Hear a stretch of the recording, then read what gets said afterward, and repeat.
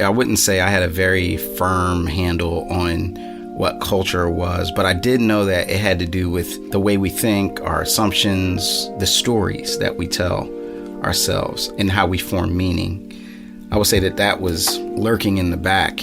The thus so's, the assumptions that we make about what is true and what isn't. And so all of those things were things that I started to realize as I saw the assumptions that had formed American society, assumptions about the supposed inferiority of Africans that which justified slavery. When I thought about the supposed inferiority of natives that justified taking land, like all of these stories that I was like, oh, these aren't just things that affected the past, but they're still impact the present and even impact how I see myself.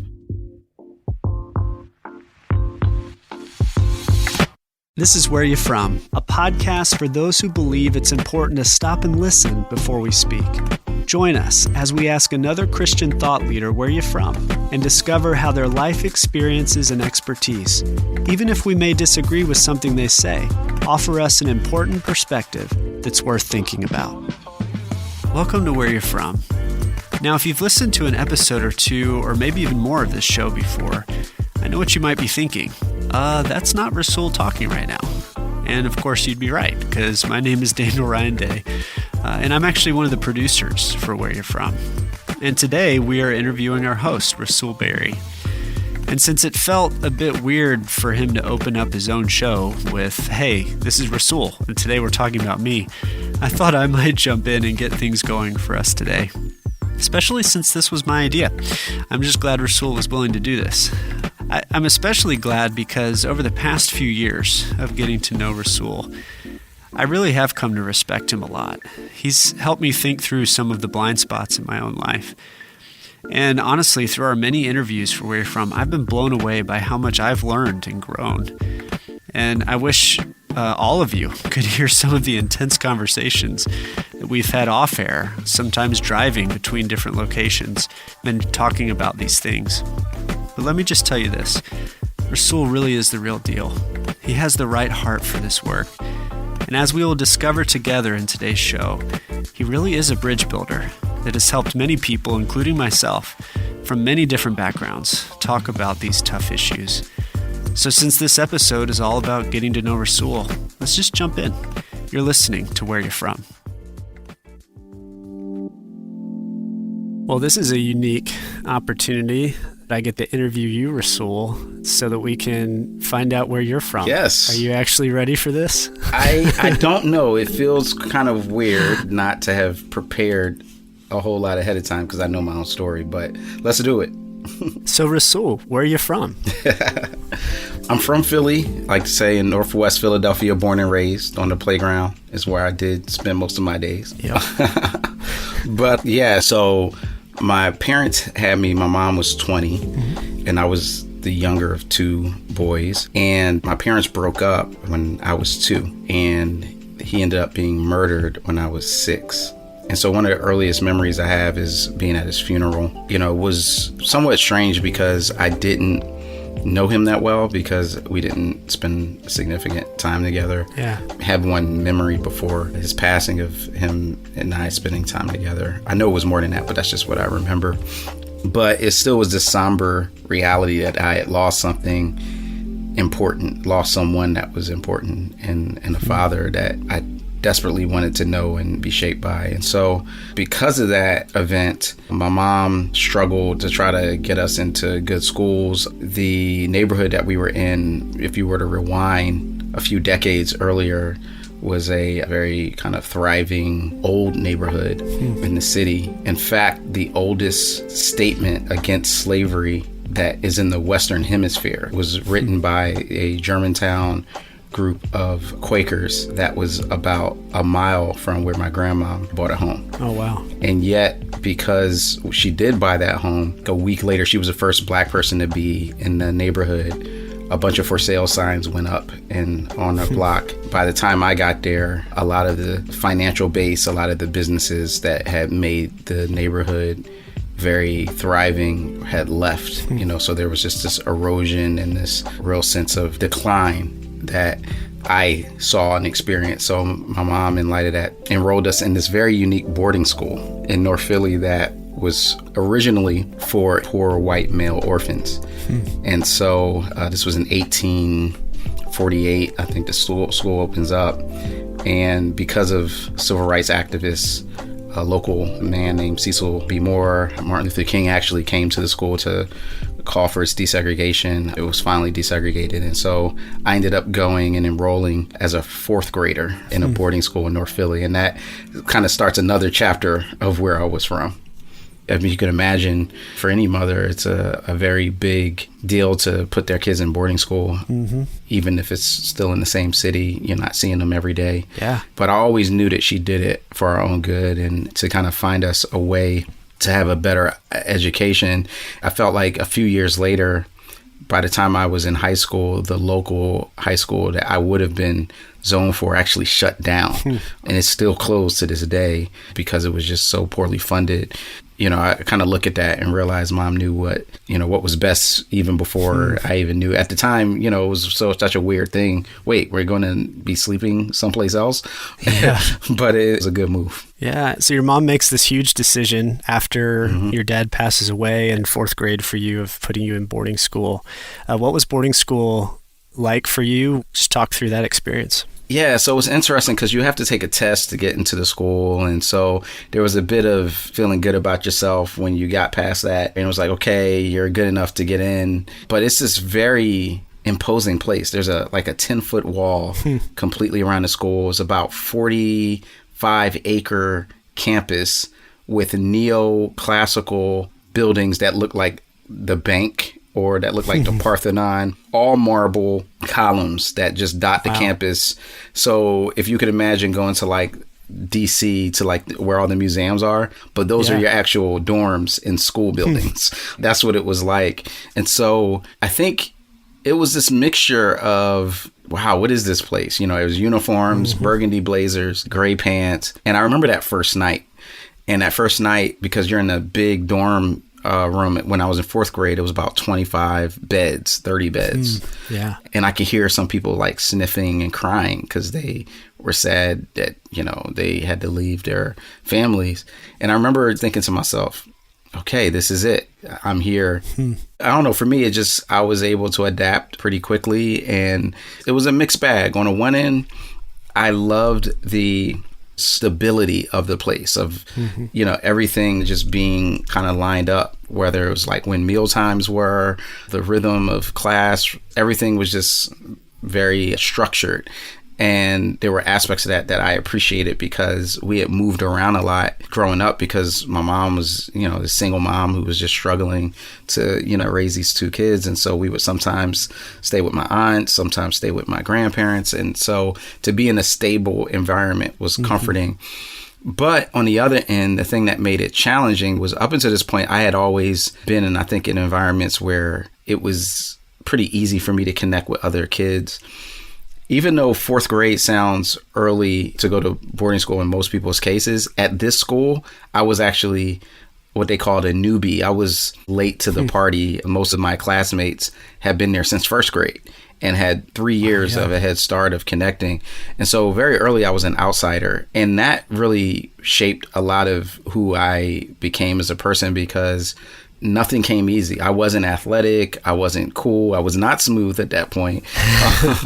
There was nothing about me that drew people to me. And so I found myself on the outside looking in. And that was tough, but it was also something that over time kind of caused me to be more observant about people and curious about people because I was kind of observing a lot. Was it a pretty diverse student body or? Yeah, so ironically, even though the school started as like a racially segregated school for white boys in particular, and by this point it was desegregated and co-ed. And so my brother ironically was in the last class of all boys. And then several years later, it's co-ed as well as diverse. So it was, I would say, predominantly like maybe 80% Black at that point and 15% white and then a diverse amount of the rest. So yeah, it was very different than what it had been 20 years before. Yeah. You mentioned that your brother was there as well. Mm-hmm. Did he start the same year that you did? He started the same year. He started his 7th grade, and I was in 4th grade. And that also created a difference in our relationship because literally his part of the campus was middle school, and mine was what they call junior school or elementary school. And so I didn't see him as much anymore because we were in 2 different campuses from that point on. So then when I got to middle school, he was in high school. And then when I finally got to high school, he was about to graduate. So were you all pretty close before school? I would say yes, in a way that 2 brothers living together have to be, right? It's almost like no choice, but we're also very different. And so that had its own dynamics. Being at the school, one of the unfortunate side effects of that is I think it caused us to drift apart some. Like, he's an introvert. I'm an extreme extrovert. He's kind of has a dry sarcasm that's more about his way. I'm more positive and optimistic and whatnot, although sarcasm has come later. But but yeah, so we were different in a lot of ways. And so I think being apart for that long did create some unique distance in our relationship. Yeah. A couple minutes ago, you mentioned just the stability that came with going to this school and the rhythm and how life-giving that was to you. It reminded me of in our episode of Where You From with native theologian Mark Charles. He mentions stories of his childhood where they would play like, how long can we keep the lights off and stuff like that. And you responded in that episode with, oh, that sounds like where I came from. Right. So how much of the economic situation, what was that like for you growing up? And then how did school offer that difference? Right. I didn't know that we would have been considered low economic class, like poverty line at the time, because my grandma would always say, like, one thing about us, we're going to eat well, right? And so, you know, we always had this incredibly, like I said, from like a caterer type cuisine that was prepared for us. That was just incredible food. She could bake bread with the best of them, make cheesecakes and all of these things. And we always had a roof over our head. But I didn't realize, because, you know, mom is not telling me at 5, hey, the reason why we're moving with my aunt and living there for a year is because, you know, things aren't going as well for us as they could. Like, so I didn't know. I was shielded from the reality of how much we were kind of just getting by. And until later, actually being at the school kind of helped, because one of the potential ways to be part of the cool kids was to have cool toys that everybody wanted, especially a gaming system. Like, if back then you had like Nintendo or if you had like the different types of toys that everybody wanted to play with, then you could kind of get on the in crowd. And I didn't have access to any of that. And it was just like, dang, okay, this is not my way in. So yeah, on the one end, I could definitely resonate with that struggle of like, we don't have enough. For example, this is a good example. The thought of getting Jordans never entered my mind. That wasn't even something I thought to ask my mom, because it was just like, this is just, you know, whatever we can do to just kind of have stuff on your feet. So it was normal to me. And yet at the same time, I look in hindsight and I go, oh yeah, I know what that struggle really means. So it meant me wearing hand-me-down clothes from my brother and not really being able to shop for myself in the way that other kids could for their own self. Yeah. And things like that. So kind of more of a survival mentality. Yeah. So in boarding school, did you find academically that it was tough? Was it easy for you? What was the academic side of things? Yeah. You know, it was definitely an advanced school.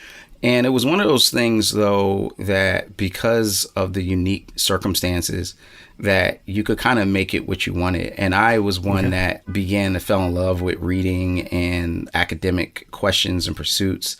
So I was like a good student until my freshman year in high school. With some exceptions, math had tended to be more of a struggle. So especially when they started introducing letters to math, and like, I'm like, wait a minute. This is confusing, this algebra thing. But in 9th grade, things really, I would say, changed. I read a book that now I would say was probably the second most influential book in my life, the autobiography of Malcolm X. And it literally was like a light bulb went off in my head. And it was the only black teacher that I had in almost the entire time there in the classroom. And she introduced us to African American literature.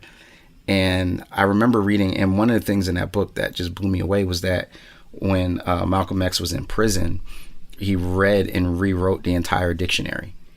And prior to that point, he had been disinterested in academics. And then to see how eloquent he spoke and to see how much he knew in prison. And I was like, this dude got this type of information in prison. I'm in school. I have to like make the most of this, and maybe I can have the type of impact on people that he had. And so from that point on, I took my academics more seriously and ended up becoming like second in my class when we graduated. Yeah. And then not to mention, too, we haven't talked about the fact that you have a very unique name. That's always fun when we do interviews to hear how people are going to pronounce it. Russell. Yes. Rasool with like a really big emphasis on the end. Yep. So first of all, for anybody that's listening, pronounce it for us, but then talk a little bit about kind of the meaning of that name. Sure. Where it comes from in your family story, and then how that kind of collides with this part of your story of kind of awakening to not just Malcolm X, but realizing that African-American literature exists and that there's this culture that comes with it. Yeah, so Rasool is how you say my name. Rasool, not Russell. Not Rasool with a Z, but Rasool. It's like Ra with cool at the end. Yeah, that's right. But it is Arabic. It means prophet or messenger. One thing that's a little fun fact is that every Muslim in the world has said my name because it's part of the creed to be a Muslim. You know, Rasulullah is the prophet of God. And that very much reflected the fact that my parents in the 70s, when I came around, had joined the Nation of Islam. And I think for them, it was more of like this idea of social uplift because they were talking about issues in the Black community and ways to empower people. So I think it mattered more to them for that. But nevertheless, I didn't know quite why. Some people call my mom by a different name than the name that I knew, but she had like an Arabic name. But I remember going to mosque early on, and one thing that was for sure, that was a key component, is we could not eat pork. And so I remember as early as I could read, being instructed to read the ingredients on any kind of baked products to see if it had lard in it. And if it had lard in it, we couldn't eat it. So yeah, that was a key component. My father, I think, was more involved. And so when they split up, she kind of began to slowly drift from it to the point where by the time I was in elementary school, we weren't really observant in any way. But that definitely was in the back of my mind. So when I did read the autobiography of Malcolm X, like, it made me come to grips with thinking about this part of my life that was very early on, and wondering even, was this a way to connect with my father, who is now gone for years? And what do I make of the conclusions that Malcolm is drawing here? Are there any other particular memories from boarding school days that you look back on now and like, wow, that was really formative?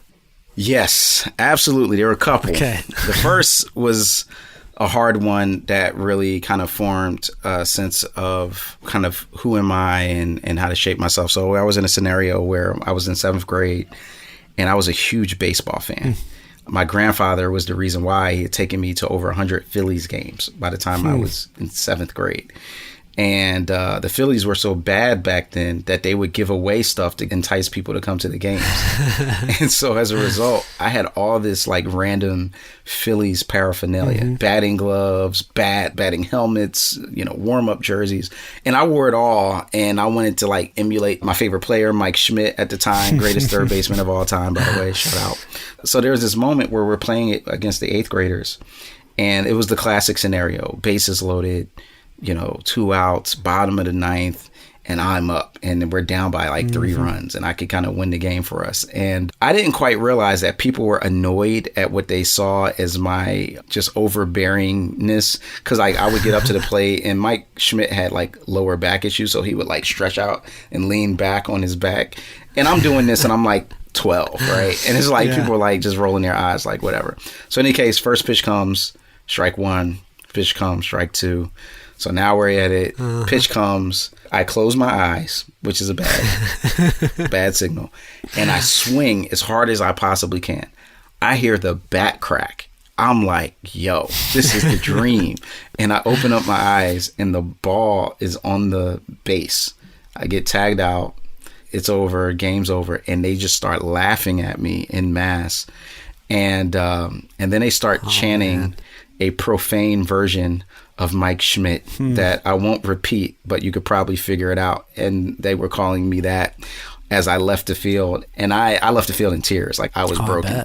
And my teammates were also joining in, by the way, because it was just this moment. And I remember at that point just feeling a deep sense of rejection. You know, middle school is hard for most of us. It was definitely that for me. But it was reinforcing that sense that I felt when I first got there of where do I fit? Is something wrong with me that I can't be accepted? And the next time that came up was my senior year. So this is now senior year, big deal at the campus because it's such a big, you know, K through 12 experience and that you're there all the time. Seniors are like rock stars. Like literally we come in for like our weekly chapel and everyone rises when we come up, and we have blue blazers. Everybody else has the burgundy blazers when I first came. And so it's a really big deal. So maybe because of that, I found myself in a unique situation where two girls liked me at the same time. And that was very unusual for me. But like they say, even a broken clock is right twice a day. And one was in the school and one wasn't. So I decide, you know, at the encouragement of a friend, but I'll take ownership. I decided to try to be with both at the same time and learned a valuable lesson. You can't be a player if you don't have game. And so because one had, you know, more of a lower self-esteem, and I kind of leveraged that to kind of get what I wanted out of the relationship. And then she confronted me and said, you know, are you cheating on me? And I say yes. Now, all the time, I'm like presenting myself as the antidote to the bad guys that she's been around up until that point. And she says to me, you're no better than other guys. In fact, you're worse because you think you're better than them. And that was the moment where it was like God took this, you know, version of myself that I had, which she was absolutely right. I did think I was better than them. By that point, after the situation happened with the baseball event, I kind of eventually threw myself into academics, threw myself into service. I was going to get people to like me that way by being a good guy. And so I thought I was a good guy. I was voted best role model, senior class president. I kind of achieved senior year this status of like, I made it. Like, I'm finally an ideal version. And then at that moment, this happened. She says that, and it all comes crashing down. Yeah, I'm sure. And then what was the interaction like with the next girl? Yeah, so I decided to just confess to the other girl. I was like searching and trying to find a sense of how could I even not just be the lowest piece of scum on the face of the planet. I guess I didn't want to live with the secret anymore. So I just confessed, fully expecting to get another, you know, well-deserved tirade about how bad I was. And she said, I forgive you. And I was like, what? She's like, I forgive you. And I said, why? I had no frame of reference for it. And she said, well, Jesus has forgiven me for everything that I've done. So I don't think I should hold this against you. And let me tell you, it was like relief, confusion, and intrigue, all at the same time. Like, I'm like, okay, that's amazing. What do you mean? And how do I get some of that for myself? Did you know the name Jesus before that? Yes. Oh, yeah. Yeah. I mean, definitely, you know, knowing about Christmas, and I definitely had elements of this was a really important and special person. But I was strong on what Christmas was. Easter was kind of, it was to me like that day where a lot of church people go to get new clothes. I didn't really grasp the rationale behind the facts of a story. I guess if you would ask me who that guy is on the cross, I'd be like, yeah, that's Jesus. Did he stay there? I probably would have known facts, but I didn't have an understanding of the story. And so when I was like, tell me more, she started inviting me to church, and I began to hear the story. And I began to hear the story in a way that I was seeing its connection to my story. So going there and hearing the gospel preached at these incredible Black Baptist churches that would have this rousing close at the end where, you know, the folks are hooping and they're getting to the place where like Jesus is on the cross and he died for your sins and he rose again. And it was just this cathartic moment where the very emphasis of guilt and shame and forgiveness, meeting that guilt and shame was very much like a salve to my soul, because it's a weird thing to be self-righteous, even in a secular sense, and all of a sudden realize you need forgiveness. And where does that look like, and where does that come from? And so the questions I began to ask were different. This was senior year, so I ended up graduating in June. My roommate in the boarding school ended up inviting me to his church in Southwest Philly. Now, this is a neighborhood I'm not familiar with, so I end up getting lost trying to get to his church. And I give up after wandering around for like an hour. And I see this church there, like as I'm trying to get to the subway. And someone outside says, yeah, you can come on in. And I noticed, and this is still weird, that most churches just have like Sunday service at 11 a.m. This particular sign had sermon noon. And the sermon was my favorite part. And because I walked around for an hour, it was now noon. And I was like, oh, I can still make the sermon. And so I go in, and it was a hot summer day. I was super sweaty.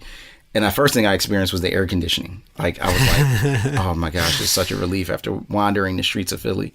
But then we get there, and it was this supernatural encounter of me sensing God's presence in a way that in my, at this point, somewhat agnostic, somewhat academic, intellectual mind was not possible. Yeah. I didn't think that this was actually a possible experience. And so it kind of freaked me out. And so I tried to rationalize and was like, oh, that must just be the perspiration on my chest and under my shirt that's causing me to feel this weight on my chest. So then I go to next week, and I didn't have an undershirt on, and I still felt it. And I was like, wait a minute, is God like speaking to me? And so I go up to one of the ministers afterwards, and I'm just confused. Like, I think God is like, because then when the altar call would come up, when they would have you stand up and come, like, say the doors of the church are open, man, I was like, I wanted to go down there, but I'm like, I can't do that in front of all these people. Like, this is too embarrassing. And so finally, it was this like crisis I was having, because it was like every time I would go, like, it'd be like raking me through the coals.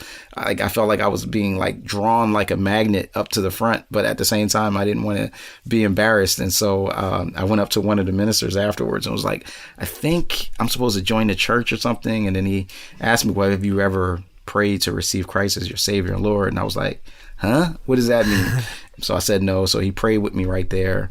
And then I remember getting baptized, in particular, August 20th, 1995. And it was such a vivid moment, because the way that they did it, and this was like an old time Baptist church where like they would like sing around you dressed in white. They had like a pool in the basement, and they're like going down by the water and, you know, all this stuff. And it's just like building. And I remember thinking there, like, I'm giving Jesus the keys to my life, like, and he's going to drive now. And my family was there, and they were supporting me. And I go into the water and come back up, and it was like, okay, it's on. And then the next week, I was a freshman in college. So I go to Minority Scholars Weekend, fall in love with it, and I'm like, this is where I want to go. So we apply, you know, get in. And then they had a African American Scholars Weekend the July before my freshman year, and I go and do that.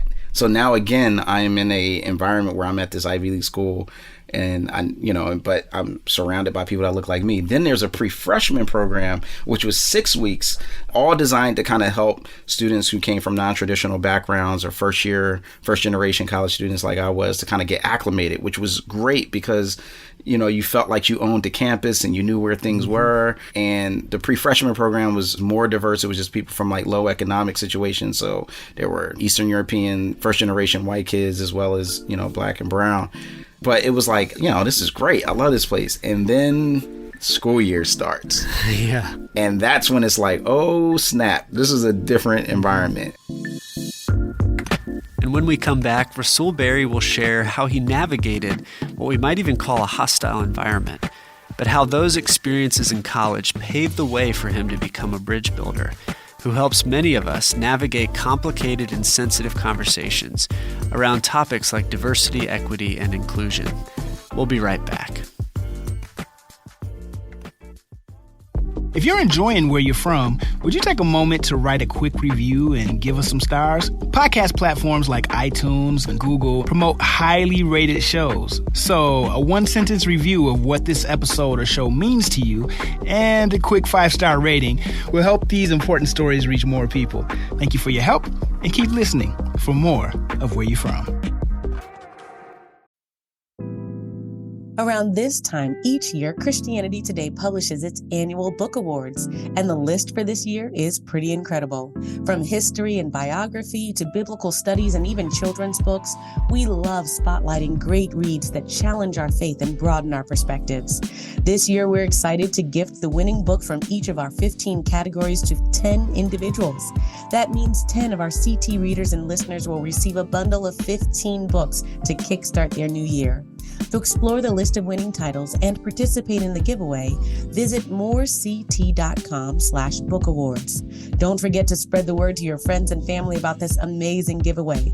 But hurry, the giveaway ends January 31st. Welcome back to Where You're From. I'm the producer, Daniel Ryan Day, and in just a moment we will continue getting to know the host of Where You're From, Rasool Berry. But before we do, just a quick reminder that the show notes are available in the podcast description. The show notes not only contain the notes and quotes from today's episode, they also contain links to our social channels, as well as a link to watch the documentary series Rasool did called In Pursuit of Jesus.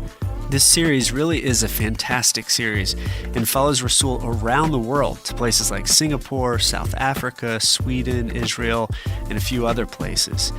He meets people from different cultures and different backgrounds and hears from them about who Jesus is and what he's done for them. And I'll be real with you, this series encouraged me a lot, and I think it will for you too. Not to mention, it's a lot of fun too. So again, you can watch the series for free. Just click on the link in the show notes or copy the link and paste it into your browser. Now, before the break, Rasool mentioned starting college at the University of Pennsylvania.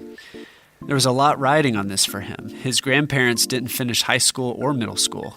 His mom didn't finish high school. Rasool's older brother started college but found a good job instead of finishing. And so Rasool mentioned to me that no one else in his family up to that point had had the opportunity that he got.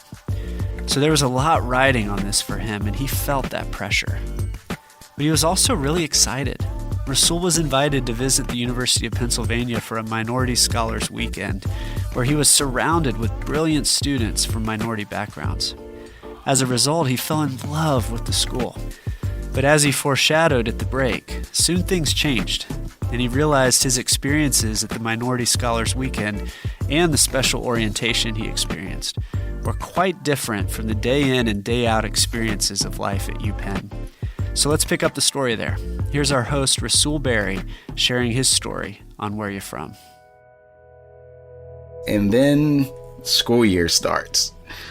And that's when it's like, oh, snap, this is a different environment. Going from being 80% of the population in my high school to being 5% of the population in my college. But up until that point, I thought I was fine. My best friend in high school was white, and my teachers, I had great relationships with them. So I didn't think that was going to be an issue because, I was like, we all get along in my boarding school, so it's going to be fine. And then that's when I realized, this is not Girard. This is a different place with a different type of dynamic. It was not the same. And all of a sudden I was made to feel more different and alienated. And I did have a struggle in terms of my cultural identity and what that meant on campus in a way that I never had before. Yeah, what were some of the experience that happened? Because it sounds like it's much more than just looking around and realizing there's a lot of white people now. Yeah, that wasn't it. What were some of those experiences that happened? Yeah, what that did do culturally, though, I remember looking out the window and being like, oh, folks are in shorts. That must mean it's like 70 degrees. And then going outside and being freezing because I'm like, oh, snap, y'all in shorts and it's 60 degrees. So there were like little things, cultural differences like that. But that wasn't like a big deal. Mm-hmm. The things that started to make me feel like, oh, like some people don't think I belong here was two things. Well, yeah, at least two. The first was the assumption that affirmative action meant, first of all, that people who were not qualified to be at the school were accepted because they were Black. And in the late 90s, when I was in college, that was a hot topic. That was the kind of culture war issue at the time. And especially for these elite universities like that, where there was a, high demand of people and a lot of people wouldn't get in. That was the assumption that a lot of white students had, was that you're here because of affirmative action, and affirmative action means you're here because you're Black. Like, that was the two parts to it. So that was weird, because I understood from the experience that I had that affirmative action meant that recruiter came to my school where he normally wouldn't have come, because we weren't a traditional feeder school to the university. And so he was just saying, hey, you should come check this out. There was no guarantee or promise of any kind of prorated. And I was second in my class. I was points away from being a valedictorian. Why would you assume this? That was the one thing that was a shock. But the other part was there would be these op-eds in the student newspaper that would kind of attack. Like, I lived in a student dormitory called W.E.B. Du Bois College House. W.E.B. Du Bois is a famous, African-American scholar who was the first Black professor at the University of Pennsylvania. And so they had all these college houses. One was for international people who were in the international studies, and you had a college house for that. There was one for English literature. And so they would create these programs in these dorms that was for that. And this one was for African-American culture and literature. And so it fit the theme of what a college house was.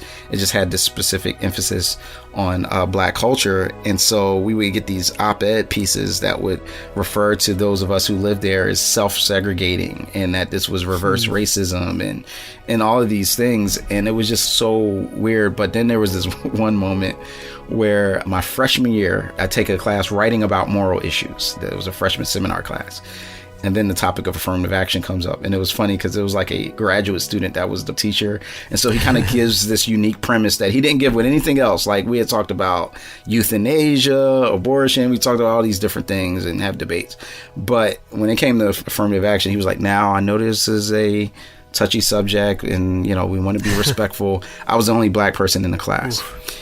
And so I try to come at it from an intellectual standpoint. Like, hey, I think some people don't agree with it because they don't know what it is. They think it's about quotas. That was one particular type, but that wasn't the majority of it. And so I just say most people don't know what it is. And then they say, well, what is it? And from that moment, it was like all 18 students turned toward me, and it was like a firing squad. And for the next hour and a half, they were just throwing questions at me the whole time. And I remember looking at the professor like, no help here, huh? It's just me. And I walked out of that classroom just mentally exhausted and just like, man, you feel like you're defending your existence.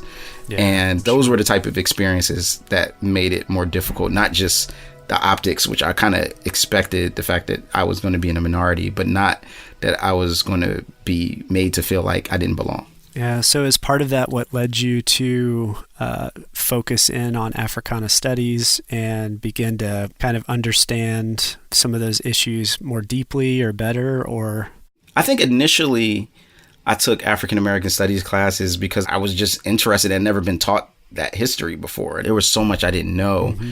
And so when we started getting exposed to these writers and thinkers like Du Bois, it was just like, man, I want more of this. And then the other part of that was I came in thinking I was going to go into law because I kind of figured I like to debate. We did that all the time at home with sports. So I like to argue. And then I realized that when I took my first pre-law class, I was too idealistic to be a lawyer. I took that off the list. And then I thought about psychology, but then I took that off the list. And if I was in psychology class, I'd be wondering about the macro effects of society and not just the individual. If I was in sociology class, I'd be thinking about, well, macro doesn't tell the whole story. What about what's going on inside someone? What about history? It was like I had an interdisciplinary focus that was really centered on the African American experience. And once I landed on that, it helped me understand culture, which was ultimately going all the way back to fourth grade when I was starting to observe people. Essentially, I was just curious about people and how people worked. Mm-hmm. And then these concepts like culture, like society, like demographics, they all began to give me language to talk about and to be curious about the human experience that I didn't have before. And doing that from my own vantage point of my own experience was so important because it was something that I had been separated from. Yeah, now you just mentioned that it helped you understand culture. When you use that word culture, first of all, kind of what do you see as encompassing what culture is? But then also, were you talking about understanding Black culture? Were you understanding the general culture?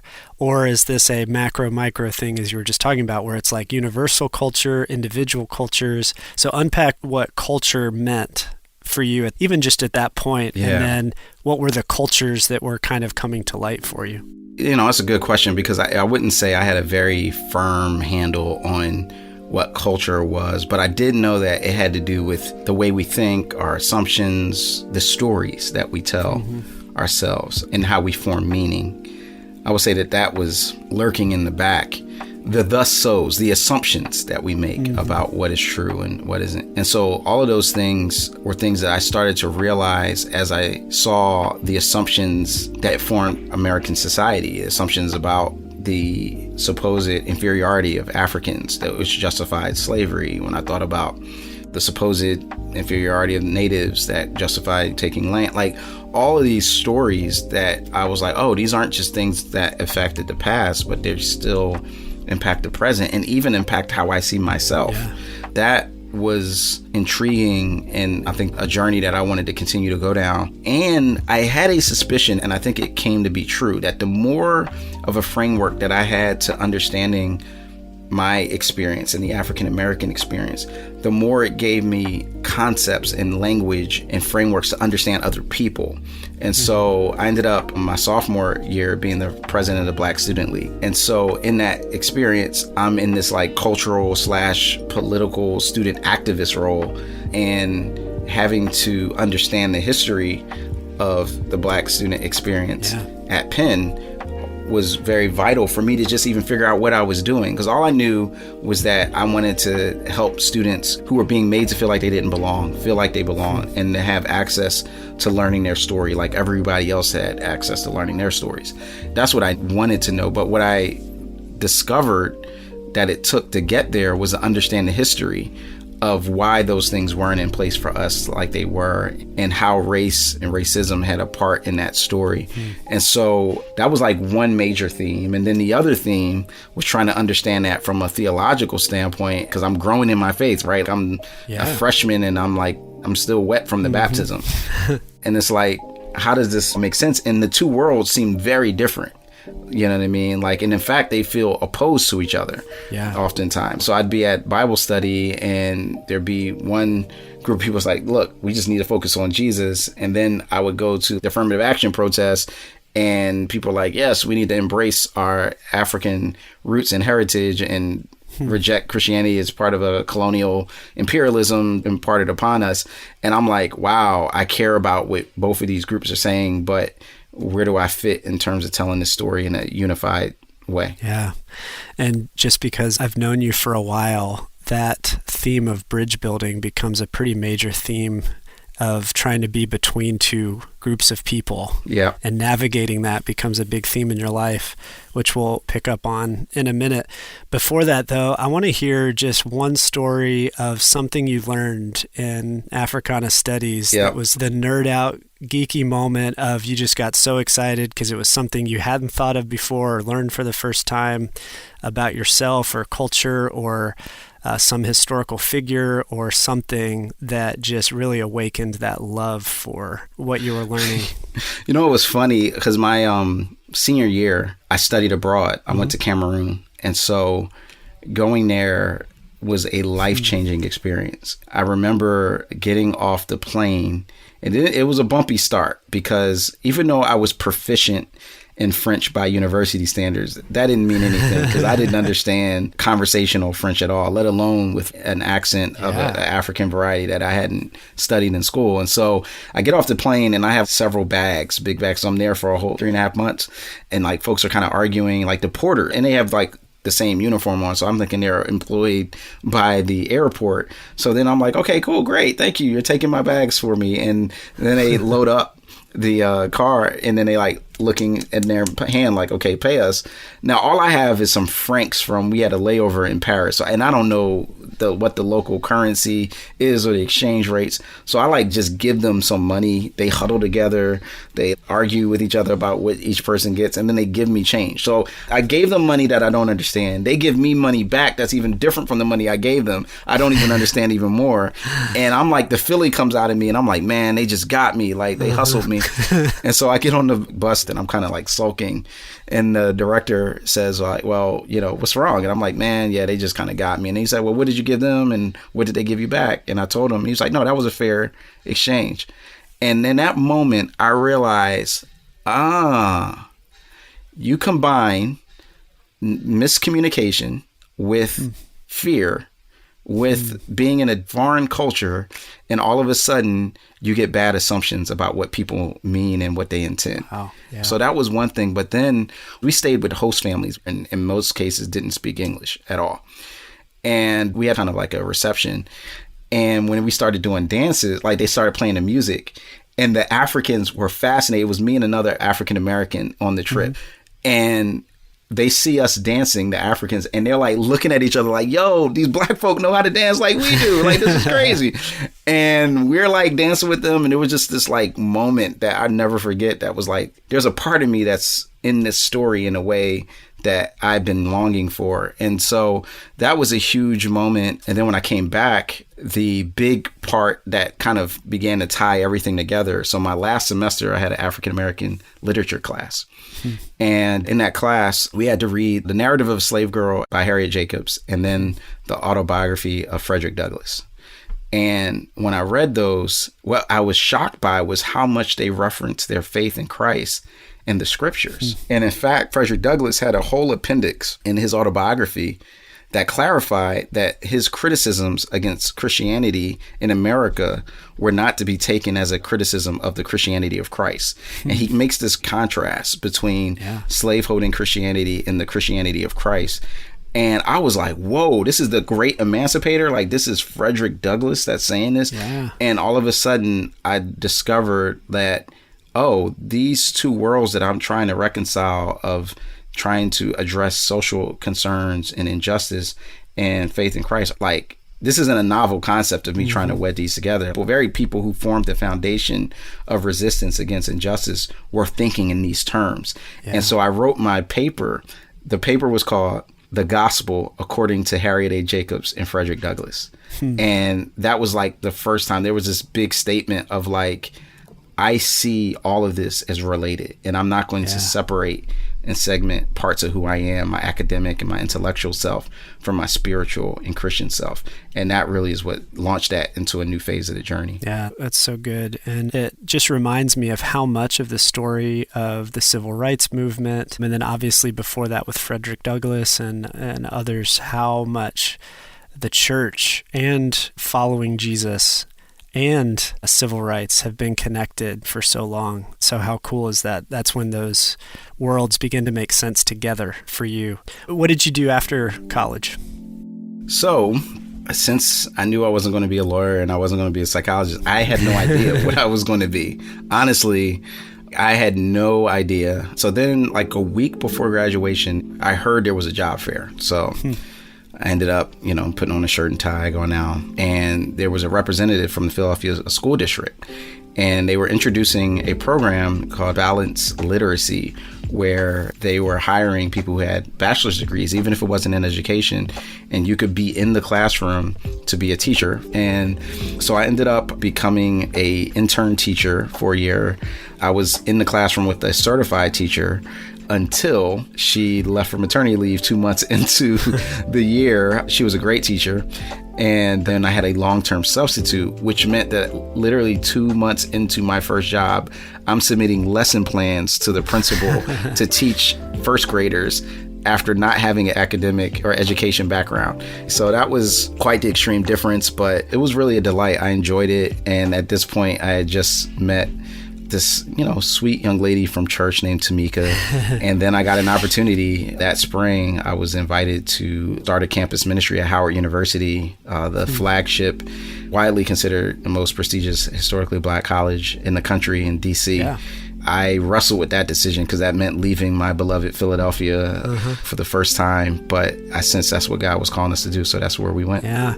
You mentioned meeting somebody. Yes. So I mentioned the church that I had just walked and wandered in off the street. And because I wasn't familiar with church culture, I didn't know how strange that was. I didn't know anything. Yeah. So I just thought people were like me, and they just all decided one day, let me go find Jesus, and so let me come into the church. I didn't know that there were like families and all the things that were involved. I would always be like, oh wow, and your cousin goes here too? That's amazing. You guys have a pew that you sat in for generations? What is that? Yeah, so I was there, a college student, by myself for like a year, and I was feeling pretty like, why am I still here? But I'm going to be faithful, and this is where God has me. And so after that year, I see this vision, this incredibly just amazing person. You know, heaven's light was shining down, and the angelic chorus seemed to be singing. And I was like, who is this person? But I was also jealous because people were hugging her and showing her all this like love. And I was like, when I came in here, people weren't treating me like this. I mean, I know she's cute, but come on. And then I would later find out that she grew up at the church and had gone, you know, down south for school and had come back. And so people were welcoming her back. I was like, who is this person? Her name was Tamika. And so at the time, I would position myself in the pew so that when service was over, we would like happen to meet each other in the middle and try to talk to her. And she was always shutting me down. But her best friend would like kind of mouth to me, she likes you, she likes you. And so that kind of gave me a little bit of incentive. And so finally one day I invited her to a gospel concert and she said yes. And we had this most amazing date. And though we didn't call it that because it was just hanging out at an event together. And that just pretty much kept going for a couple years. And we ended up getting married July 7th, 2001. Then she moved down to DC and I kept doing the campus ministry thing at Howard. Man, how cool. So you mentioned earlier that there was this tension between theology, Christianity, and Black culture in some ways, at least in some aspects of it, because they saw it as like imperialistic or kind of the religion of the oppressor. Yep. So when you go to Howard and start this ministry, did you run up against that, or was there an openness to this new ministry called Impact? Yeah, that's a good question. It was really a mixed bag, as it was in Philly as well. But like DC, it was a big difference, and especially a place like Howard, where it was drawing students from all over the country, especially the South and the Southeast, where there was probably the majority of Black students. And so there was a lot of folks who were churched, but not necessarily following Christ. And so the challenge was different. Primarily it was like for real following Jesus, not like just being raised in church culturally or something. Yeah. But the other part of that was you still had a lot of the strands of, I kind of call it just throwing out with the baby with the bathwater kind of mentality of this, because people in the name of Christ did harm and did inexplicable evil. We can't associate with this Christ that they followed or that they proclaimed. And so it was a lot of kind of challenging folks to see that, no, like you don't have to choose between your ethnic identity and Jesus. You can actually have both, because the gospel actually shines a light and celebrates our ethnic identity and who we are in Christ. And so that was definitely something I started to dig more into, and seeing how my background in Africana studies and sociology gave me the history and the language to be able to push back on those claims and ideas that existed. So it was exciting, but it was also definitely a culture shock to go from an Ivy League campus to go to a HBCU campus and to see the differences of how to flow in each of those spaces. Yeah. So fast forward ahead in the story a little bit. So you become a pastor in New York and a part of Impact's ministry in New York, and then end up joining Our Daily Bread. So maybe just touch in a few spots that kind of lead you to become a pastor and then led you here to work. Yeah. So after Howard, we moved around a bit, Orlando, Florida, where our headquarters was. And I did ministry all up and down the East Coast, as far south as Virginia Tech. Howard all the way up to Princeton and a lot of campuses in between. Shortly after that, I was really feeling this leading of God was doing something different, and particularly wanting to engage artists in music. And so we did a summer mission trip where we were leading a music team. And God made it very clear. Like, I never felt a calling as clear as that. It was like, this is what you should do. So we wrote a proposal to move from Orlando to Indiana to launch this music ministry, because there was a crew music ministry that was based there. And they said, hey, if you bring the people, you can have access to all of our studio, our equipment, our vehicles. So we were like, great.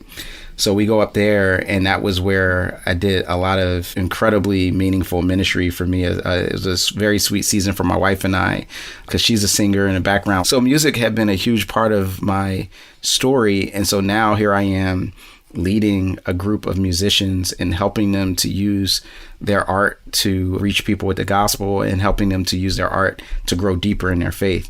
And so that was an incredible experience. I ended up with one of the bands getting them signed to the Cross Movement record label, which was the band that I saw in college, that had shaped and formed me. So shout out to Level 316. And it was just this incredible moment of being able to really reach people around the world with music in that combination of culture and faith. And so that when that season came to an end about 2013, I was kind of looking for what was next. And God began to put on my heart two things.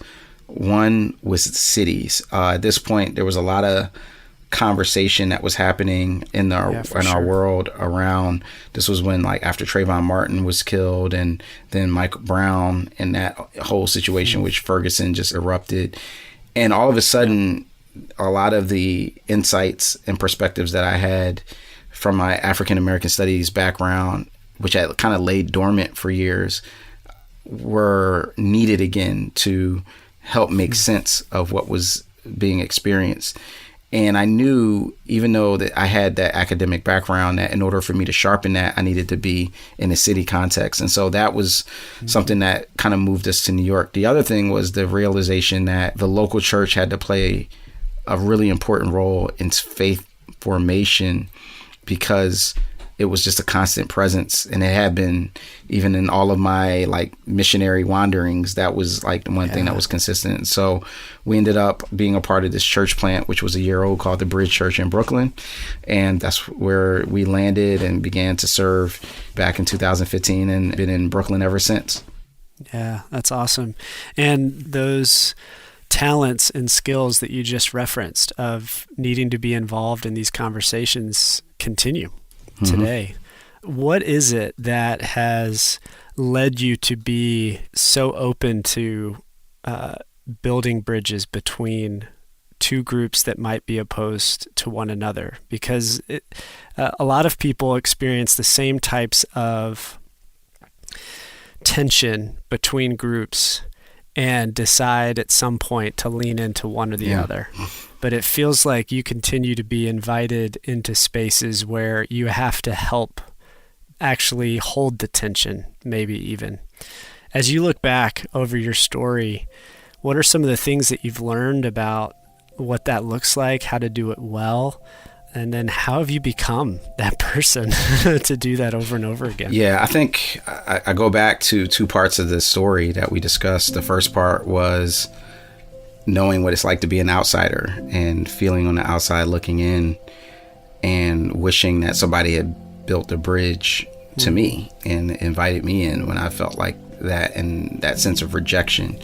So I think I'm sensitive to that plight of distance with each other, and seeing the value of building together again. Then the second part of that was how I came to faith, and realizing that the first response to me of rejection was based on a real understandable reaction based on me sinning against someone, and being like, I can understand why she would want anything to do with me. But that didn't allow me to go anywhere with it. But the second response of forgiveness and inviting into a better story in a better way opened me up to my life. It opened me up to my faith. It opened me up to ultimate reality.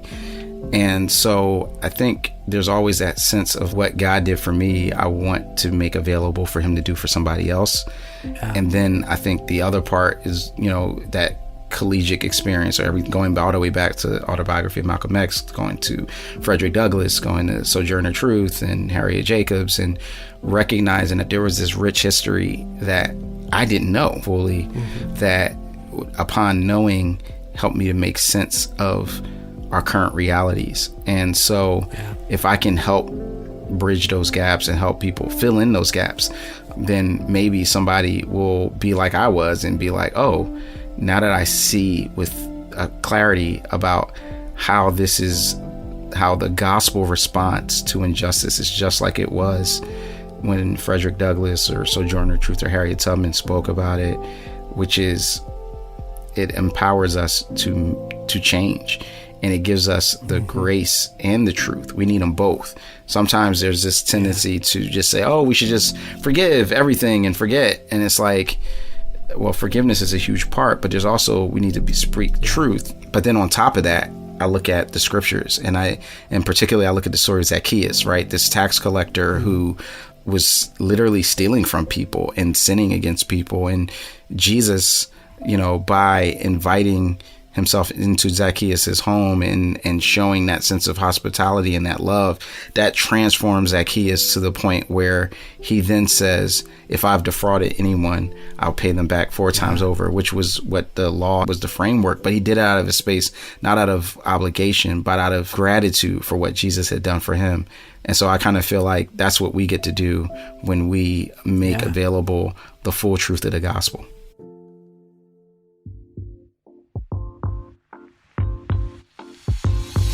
That was Rasool Berry describing what it means to be a bridge builder. To first, notice those who are left out and on the margins, and listen to what they have to say. Secondly, to show forgiveness and grace, but then finally to speak truth, to bring injustice into the light and call it for what it is, while inviting both parties toward the possibility of reconciliation. In fact, that's really what this podcast is about. Where You From is a show for those who believe it's important to stop and listen before we speak, and to truly consider the perspectives of even those with whom we disagree. Now, unfortunately, this episode is the end of Season 1, but don't worry, we're already at work on Season 2. So check back early next year when we ask another Christian thought leader where you're from, and discover how their life experiences and expertise offer us important perspectives worth thinking about. Today's episode was produced by Mary Jo Clark, Jade Gustafson, Ryan Clevenger, and me, Daniel Ryan Day. It was engineered by Gabrielle Boward and Brian Hettinga, and today we want to dedicate this show to our fearless leader, Rick DeHaan, the president and CEO of Our Daily Bread Ministries. Thank you for believing in this show and giving us the chance to create it. Where You're From is part of the Voices collection from Our Daily Bread Ministries.